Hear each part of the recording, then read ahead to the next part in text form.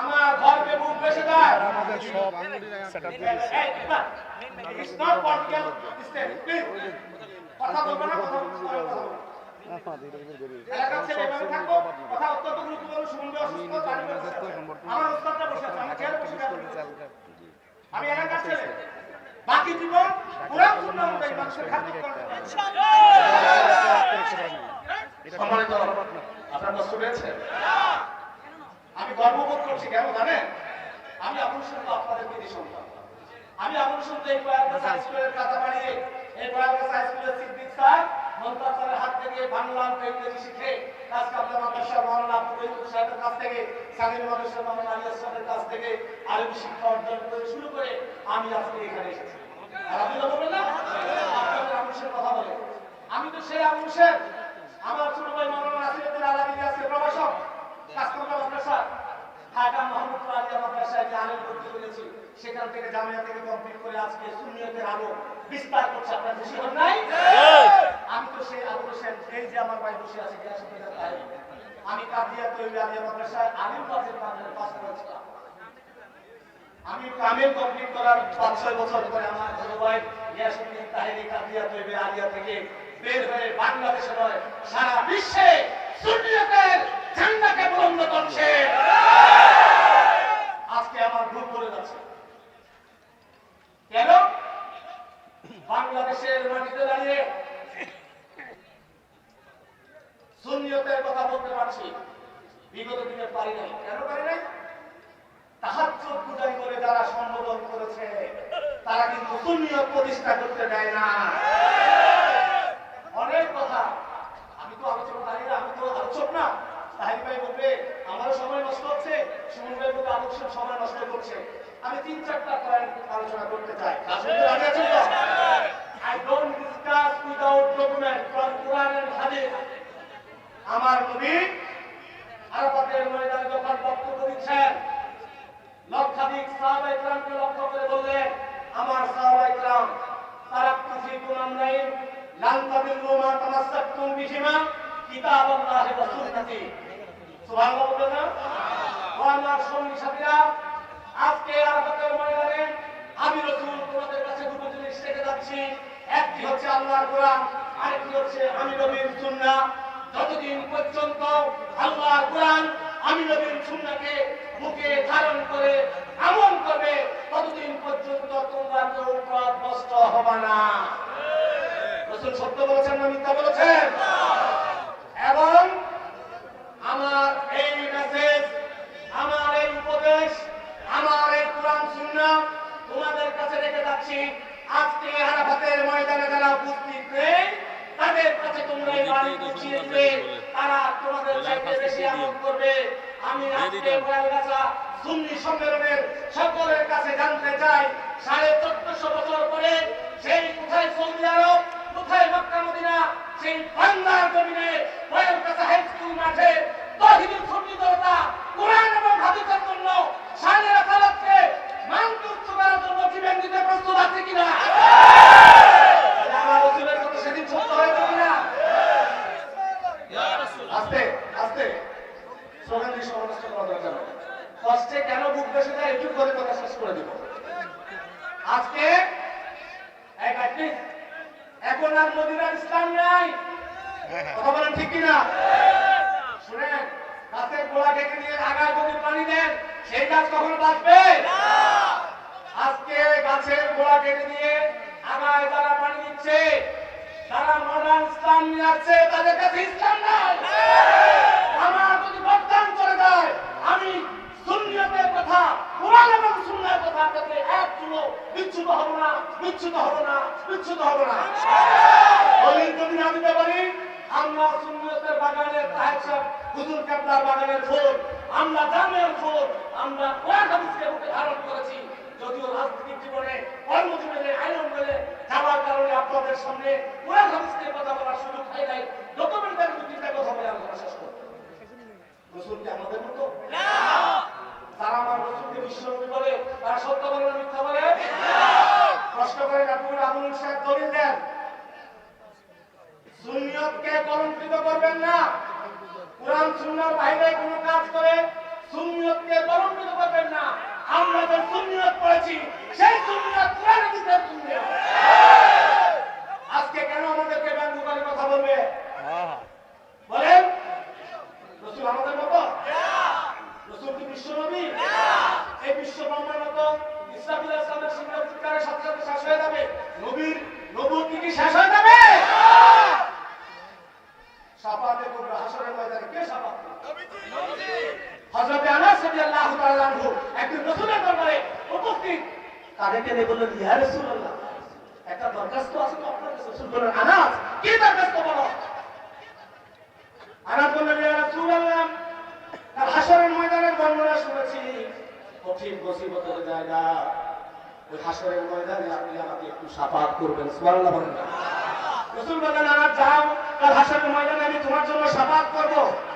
আনাস বললেন, ইয়া রাসূলুল্লাহ, হাশরের ময়দানে কঠিন পরিস্থিতির মধ্যে আমি আপনাকে কোথায় খুঁজে পাবো? ইয়া রাসূলুল্লাহ, একটু বলে দেন। কে বলল? শুনে দেখ, বুখারী শরীফের হাদিস, সিয়াসিতের হাদিস বলছে। আনাস বললেন, ইয়া রাসূলুল্লাহ, হাশরের ময়দানে কোথায় খুঁজে পাবো? আমার রাসূল বললেন, আনাস, হাশরের ময়দানে কঠিন পরিস্থিতির সময়ে তুমি আমাকে গিয়ে মিজানের পাল্লায় গিয়ে খুঁজবে, সেখানে আমাকে খুঁজে পাবে। বলেন সুবহানাল্লাহ। লিমানিল মুলকুল ইয়াউম ওয়ালিল্লাহি ওয়াহিদুল কাহ্হার। আল্লাহ যখন কাহ্হার হিসেবে বিচারের কাঠগড়ায় যখন আল্লাহ বসবেন, আদালতে বসবেন, কোনো উকিল থাকবে না, একমাত্র উকিল হবে আমার নবী, আপনার নবী রাহমাতুল লিল আলামিন। ওই নবী মিজানের পাল্লার মধ্যে এসে নেকি এবং বদী যখন মাপবে, রাসূল যেই পাল্লার দিকে রহমতের হাত দিবেন, সেই পাল্লাটা নেকে ভরপুর হয়ে যাবে। বলেন সুবহানাল্লাহ। তাহলে বোঝা গেল আর কারো প্রমাণ নাই। হাশরের ময়দানে নেকি বদী মাপার সময় আমার রাসূল থাকবে। থাকবে কি থাকবে না? সেই রাসূল আমার মতো, আপনার মতো, ওই সাহেবের মতো। ইয়ামানি সালাম আলাইকে করে দোষ, কিন্তু ইয়া সাইয়্যিদি হাজার সালাম, হে সাইয়্যিদি হুজুর, হে তাফসীরের কোরআনের পাখি, আপনি চলে গিয়েছেন আমাদের মাঝ থেকে, দাঁড়িয়ে দাঁড়িয়ে আপনাকে হাজার সালাম দেন, নাজায়েজ হয় না। সামনে সালামে মদিনায় সালাম দিলে তাদের কলিজা আগে যাবে।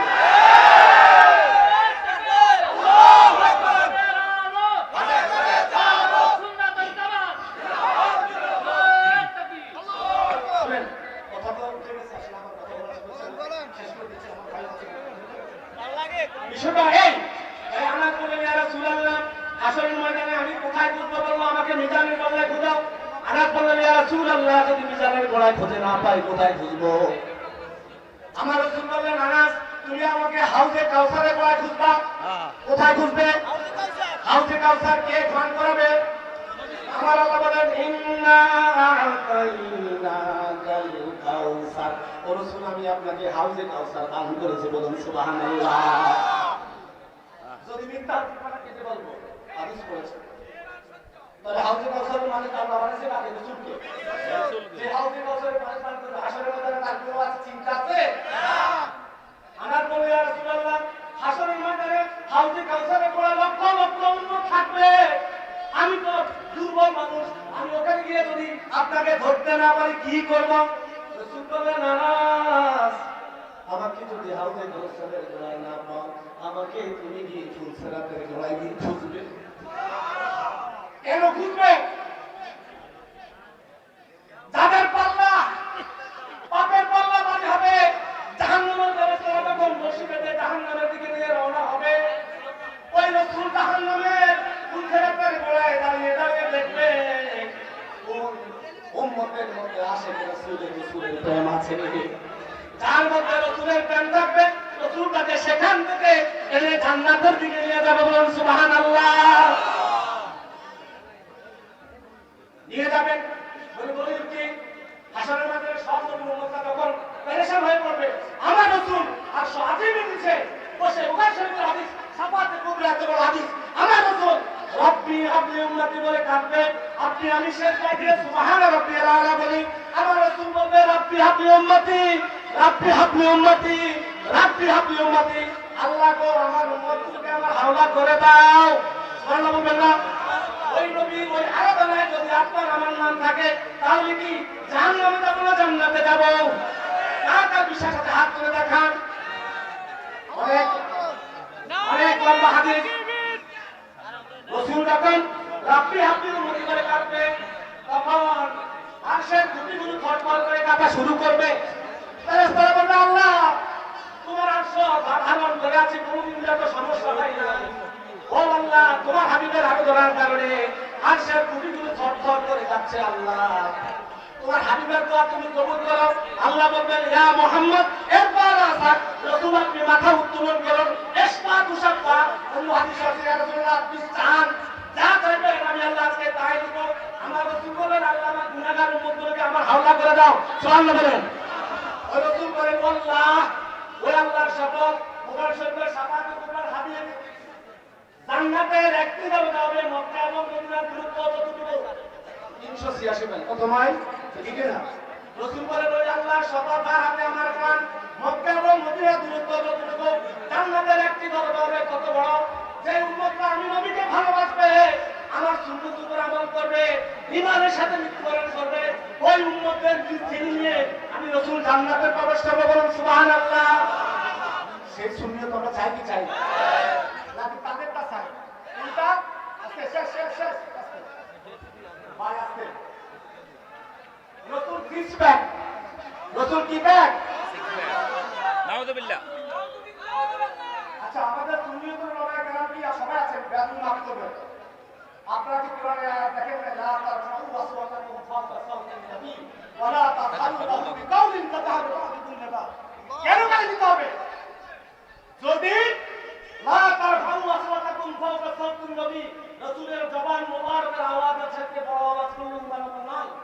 ওয়া লা তাখালু লাহু বিকাউলিন, এমন কোন শব্দ, বড় ভাই, মেজু ভাই, সাধু ভাই, ছোট ভাই, কোন শব্দ, কোন লা নাস্তালাহু ওয়া লা নাস্তালাহু, কোন শব্দ পৃথিবীর কোন বস্তু, কোন সৃষ্টির সাথে রাসূলের তুলনা করা যাবে না। সুবহানাল্লাহ। যদি যারা রাসূলকে বিশ্বনবী বলে, তারা কি সত্যবাদী না মিথ্যাবাদী? মিথ্যাবাদী। আল্লাহ তাদেরকে সত্যবাদী হয়ে ইমানদার তৌফিক দান সকল বলে না আমিন। কেন?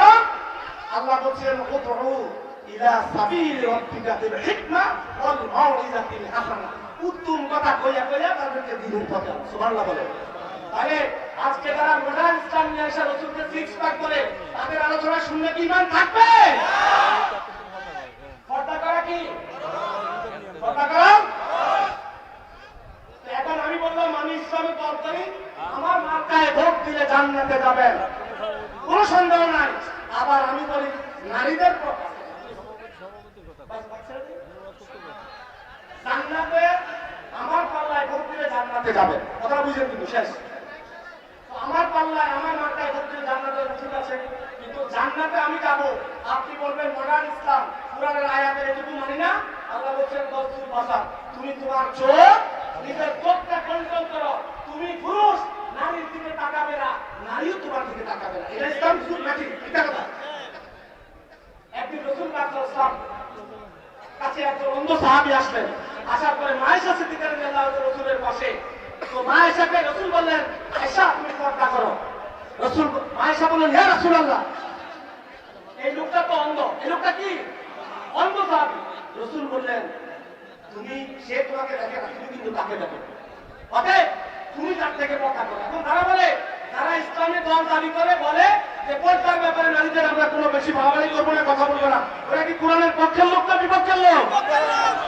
তাহলে তাদের প্রতি আমাদের ঈমান রাখলে, তাদের মডার্ন ইসলাম গ্রহণ করলে ঈমান থাকবে না যাবে? আমি আপনাদেরকে আশ্বস্ত করতে চাই, দেশে একটা স্বাভাবিক পরিস্থিতি এসেছে, তাই না? এই পরিস্থিতি থাকলে আপনারা চান তো নির্বাচনের মাধ্যমে গণতান্ত্রিক প্রক্রিয়ায় এদেশে গণতান্ত্রিক সরকার আসুক, আপনি আপনার ভোট তাকে ভোট চায় তাকে দিবেন, দিয়ে গণতান্ত্রিক উপায়ে সরকার প্রতিষ্ঠা করবেন। সেই সরকার না, যেই সরকার চাঁদাবাজি করবে, যেই নেতা চাঁদাবাজি করবে, ঘুষ খাবে, টেন্ডারবাজি করে মারামারি করবে, সেই নেতার পক্ষে আমি না, আমি রাজনীতি করি, ঠিক কিনা? আমার নেতা অনেক রহমান বলেছেন যে কোন মৃত ব্যক্তির ভোটে আমি এমপি হয়ে সংসদে যাব না। নেতায় সুমনভাই ভোটার নেতৃত্ব দিচ্ছেন, শেষ। উনি কি আপনি মনে করেন যে উনি গম চুরি, চাউল চুরি, আটা চুরি, টেন্ডারবাজি করে তারপরে ওনার প্রতিষ্ঠিত হওয়া লাগবে? আপনারা আপনাদের ভোট যাকে চায় তাকে দিবেন। শুধু এটুকু বলতে চাই, যতদিন এই দেহে প্রাণ থাকবে, সুন্নিয়তের ঝান্ডাকে বুলন্দ করার জন্য আমরা আছি এবং থাকবো। আরেকটি মেসেজ দিয়ে শেষ করি। গত বছর সকলকে ধন্যবাদ। আসসালামু আলাইকুম রহমতুল্লাহ। মানব বিযুক্ত হয়ে গেছে সভাপতি কত সভাপতি কি কথা জানছে আলহামদুলিল্লাহ। প্রিয় শিকারে মুস্তফা, আমাদের প্রধান বক্তার ওয়াজ শোনার জন্য আমরা আজকে আসছি। কথা বলেন ঠিক না? যিনি প্রধান বক্তা সারা বাংলাদেশে ওয়াজ করে এবং যিনি বাংলাদেশের মধ্যে একজনই আলেম, একজনই বক্তা, যিনি স্বর্ণ পদক লাভ করেছেন। কথা বলেন ঠিক না?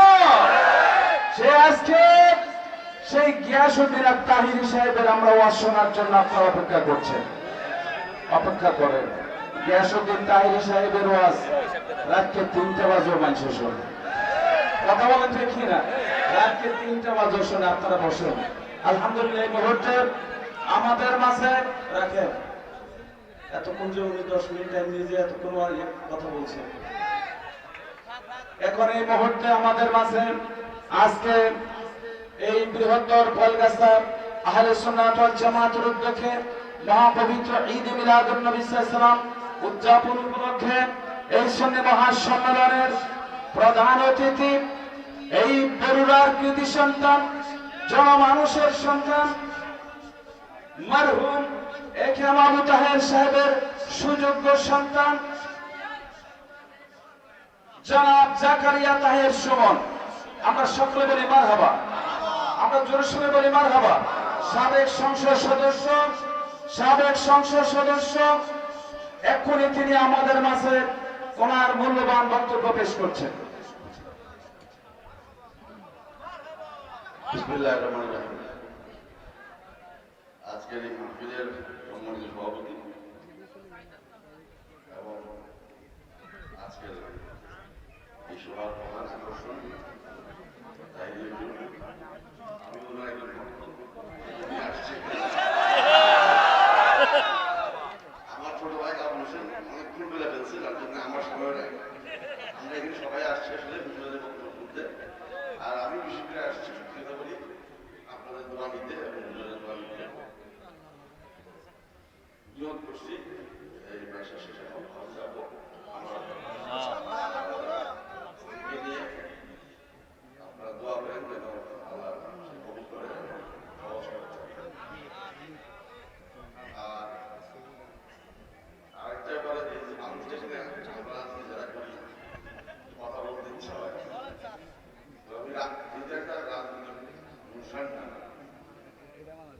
শুধু দোয়া চাবো, তবে শুধু নিজের জন্য না, আমার নেত্রী দেশের এবং খালেদা জিয়ার জন্য, যিনি এই দেশের প্রিয় মানুষের জন্য তার সব ত্যাগ করছেন। জীবনের কোনোদিন আপোষ করেন নাই অন্যের সাথে। মিথ্যা মামলায় তাকে 10 বছরের জেল দিয়ে মারা ষড়যন্ত্র করেছিল। ওনাকে ছিল 5 দিন ধরে মারা বন্দোবস্ত করেছিল। এই গত সরকার, তার আগে মজুরি সরকার ওনার কোনো ছেলের উপর অত্যাচার করে ওনাকে দেশের বাইরে আনার চেষ্টা করছে। উনি কোনোদিনই আপনাদেরকে ছেড়ে যায় না, এই দেশের মানুষকে ছেড়ে যায় না। আজকে উনি অসুস্থ, যদিও কিছুদিনের জন্য চিকিৎসা করে আসছে, কিন্তু সম্পূর্ণ আরোগ্য হয় না। ওনার যে রোগ বাধ্যতার কারণে ওনার সম্পূর্ণ চিকিৎসা করা সম্ভব হয়। আপনারা সবাই বলে দোয়া করবেন, আমার নেতা তারেক রহমান সাহেবের জন্য। 17টা বছর বনবাসে আছে, এই বিগত সরকারের উনি ওনার উপর শারীরিক নির্যাতন থেকে শুরু করে এমন কোনো কিছু আগে করা হয়েছে। মিথ্যা মামলায় জর্জরিত হয়েছে, কিন্তু এই দেশটাকে সে ভালোবাসেন বলে সেই ফজরের সময় থেকে শুরু করে রাত 10টা 11টা 12টা পর্যন্ত শুধু ফোনে স্কাইপের মাধ্যমে, জুমের মাধ্যমে দেশটার আমাদের যে দলটা আছে দলটাকে ধরে রাখার জন্য তারা কিন্তু কাজ করে যাবে। আর